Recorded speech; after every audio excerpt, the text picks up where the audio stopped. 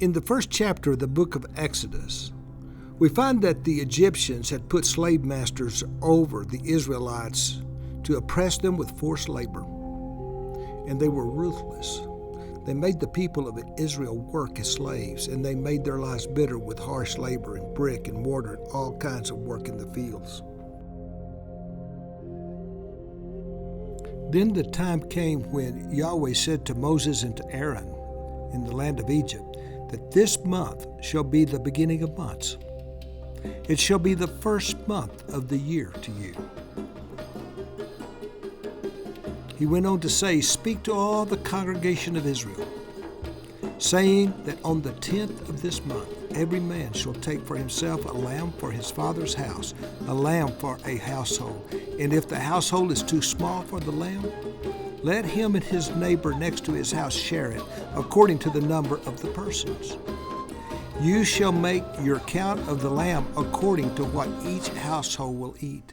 Your lamb shall be without blemish, a male of the first year, and you may take it from the sheep or from the goats. Yahweh continued by saying, now you shall keep it until the 14th day of the same month. Then the whole assembly of the congregation of Israel shall kill it at twilight, which literally means between the evenings. Then Yahweh said, take some of the blood and put it on the 2 doorposts and on the lintel of the houses where they eat it. Then they shall eat the flesh on that night, roasted by fire with unleavened bread and with bitter herbs they shall eat it. Do not eat any of it raw, nor boil any of it with water, but roast its head with its legs and its entrails over the fire. You shall let none of it remain until morning, and what remains of it until morning you shall burn it. And thus you shall eat it with a belt on your waist, your sandals on your feet, and your staff in your hand. So you shall eat it in haste. It is Yahweh's Passover. Yahweh went on to say, I will pass through the land of Egypt this night, and I will smite all of the firstborn in the land of Egypt, both man and beast, and against all the gods of Egypt. And I will execute judgment. I am Yahweh. None of you are to go outside the door of his house until morning. And Moses said to the people, remember this day in which you went free from Egypt, from the house of bondage. For by a strong hand Yahweh freed you from this place. Therefore no leavened bread shall be eaten. You are going free on this day in the month of Abib. And this day, which is the 15th of the first month, shall be a day of remembrance for you. And you shall celebrate it as a festival to Yahweh throughout your generations, an eternal law. You shall celebrate it. After leaving Egypt, it is recorded in Exodus chapter 19 that on the first day of the 3rd month after the Israelites left Egypt, that on that very day they entered into the wilderness of Sinai. Just as a matter of information, let's look at the graphic and the map that's on the right. Here you will find the exact location of Mount Sinai, just as the Bible says that it is located in the land of Midian, which is modern-day Saudi Arabia, not in the Sinai Peninsula as indicated on most maps. When the people reached the wilderness of Sinai, Moses went up on Mount Sinai to meet with Yahweh. We find these words recorded in Exodus 19, verses 10 and 11. Then Yahweh said to Moses, go to the people and consecrate them today and tomorrow. They must wash their clothes and be prepared for the 3rd day. For on the 3rd day, Yahweh will come down upon Mount Sinai in the sight of the people. When we look at the ancient Enoch calendar, the high priestly calendar that's recorded in the book of Enoch, one will note that each month has 30 days, with one day being added every third month. The Israelites left Egypt in the first month called Abi. That would make 16 days that they were in the wilderness. Then they were traveling the second month for 30 days. And then on the third month, on the first day, Moses goes up and meets with Yahweh. Then Moses comes down and instructs the people to consecrate themselves for 2 more days. Then Yahweh comes down upon Mount Sinai on the third day, making a total of 50 days. 50 days from the time that they left Egypt to the time that they went into covenant with Yahweh. When Yahweh spoke to the people, He made them a promise. He said, if you will obey my voice and keep my covenant, then you shall be a special people to me above all people. He says, all the earth is mine, and you shall be to me a kingdom of priests and a holy nation. Then Moses came and he called all the elders of the people together, and he laid before their faces all the words which Yahweh had commanded him. And all the people answered together and said, all that Yahweh hath spoken, we will do. In the book of Deuteronomy, chapter 4, verse 13, we find these words, and he declared unto you his covenant, which he commanded you to perform, that is, the 10 commandments, and he wrote them upon 2 tablets of stone.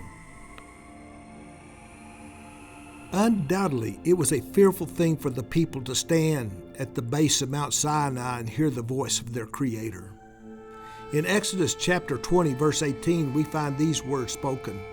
It says, and the people saw the thunderings and the lightnings and the blast of the shofar, and the mountain smoking, and the people trembled when they saw it, and they stood afar off.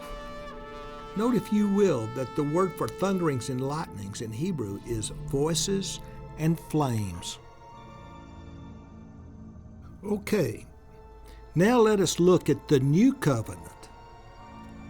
We find in the book of Jeremiah, chapter 31, verses 31 through 33, these words. Behold, the days are coming, says Yahweh, when I will make a new, which means strengthened, covenant with the house of Israel and with the house of Judah, not according to the covenant I made with their fathers in the days that I took them by the hand and led them out of the land of Egypt, my covenant which they broke, though I was a husband to them, says Yahweh. But this is the covenant that I will make with the house of Israel after those days, says Yahweh. I will put my law in their minds, and I will write it on their hearts. I will be their Elohim, and they shall be my people. Then that is reaffirmed again in Ezekiel 36, verse 27.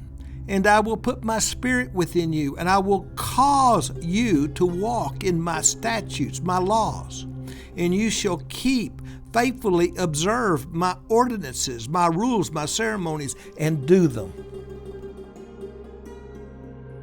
Please listen. The new covenant states, I will put my law in their minds and write it in their hearts. I will be their Elohim, and they shall be my people. Now let's look at the book of Acts chapter 2. It states that when the day of Pentecost, which in Hebrew means Shavuot, the weeks, had come, they were all with one accord and in one place, and suddenly there came a sound from heaven as a rushing mighty wind, and it filled the whole house where they were sitting. Then there appeared to them divided tongues as of fire, and one sat upon each of them.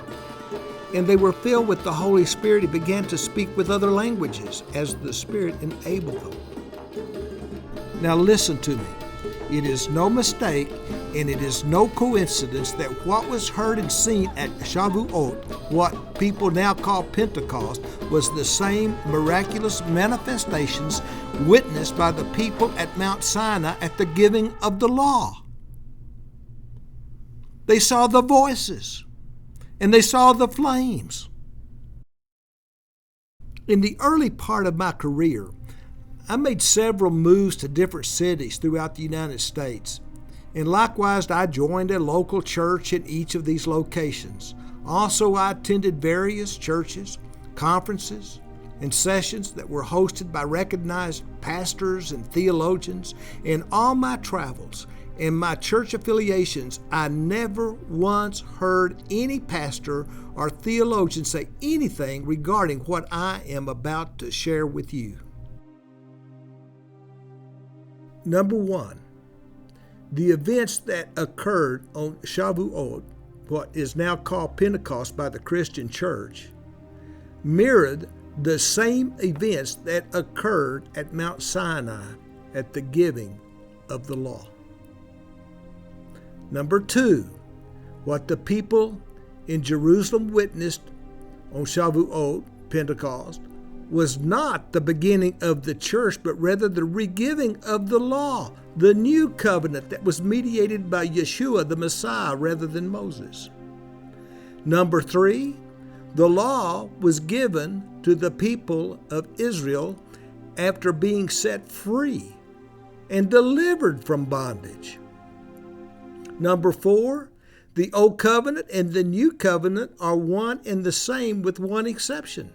The New Covenant is not written on tablets of stone, but rather on the hearts of the covenant people of Elohim. Number five, the observance of the law covenant is evidence of one's liberation from lawlessness, sin. In Psalms 119:45, it states, I will walk at liberty, freedom, for I have sought out thy commandments. Number six, we do not keep the law in order to be saved. We keep it because we are saved. In Ephesians 2:10, it states, for we are his workmanship, created in Messiah Yeshua for good works. Those good works are of the law, which God prepared beforehand so that we would walk in them. Keeping the law is not adding to the work of Messiah. It is the result of his saving grace and his transforming power. Number seven, whosoever sins, transgresses the law, has not seen him, neither known him. That's what it says in 1 John 3:6. Did you get that? Whoever sins has not seen him, neither known him. At Mount Sinai, Yahweh made a promise. And according to the book of Hebrews, that promise still stands. Listen to these words. While the promise of entering his rest still stands, let us fear, lest any of you be found to have failed to reach it. For we received the gospel, the good news, just as they did. But the word they heard did not benefit them, because they were not united by faith, fidelity, faithfulness with those who listened. And of all those who left Egypt, who were those who were faithful and were allowed to enter into the promised land? Only Joshua and Caleb.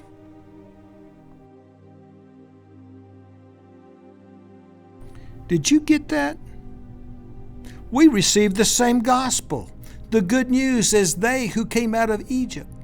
The good news being the promise from Yahweh, whereby he decrees that if you will obey my voice indeed and keep my covenant, then you shall be a special, a peculiar treasure unto me above all people, for all the earth is mine. And you shall be unto me a kingdom, a priest, and a holy nation. It saddens me to say this, but mainstream Christianity declares that belief in Yeshua frees them from the covenant, aka the law. And they ignore the words of James, who states, even the demons believe and they tremble. Foolishly, the church has rejected the precious covenant, her marriage vow, that binds the faithful bride to her loving husband. Sadly, Nehemiah states these very sad words. He states that nevertheless they were disobedient and they rebelled against thee.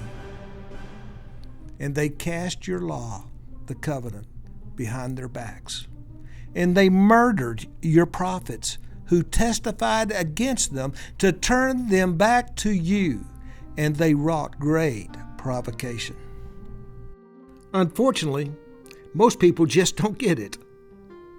There are consequences for following after the traditions and the doctrines of men. In Leviticus chapter 26, Yahweh states that if you will not obey me and will not do all of these commandments, if you reject my laws and if your soul despises my ordinances, so that you will not do all my commandments but break my covenant, I will also do this unto you. I will appoint terror over you, wasting disease and fever that will bring blindness to your eyes and make your life ebb away. And you will sow your seed in vain, and your enemies will eat it. I kid you not. This world is in rebellion, and Yahweh is not pleased. The writer of Hebrews makes a plea. He states that if you hear his voice, and that voice is the covenant that was spoken at Mount Sinai. He says, do not harden your hearts as in the rebellion, on the day of testing in the wilderness, where your fathers tested me, tried me, and saw my works for 40 years. Therefore I was provoked to anger with that generation, and I said, they always go astray in their hearts, and they've not known my ways. So I vowed in my anger, they will not enter into my rest. Today would be a good day to start listening to what God had to say rather than men.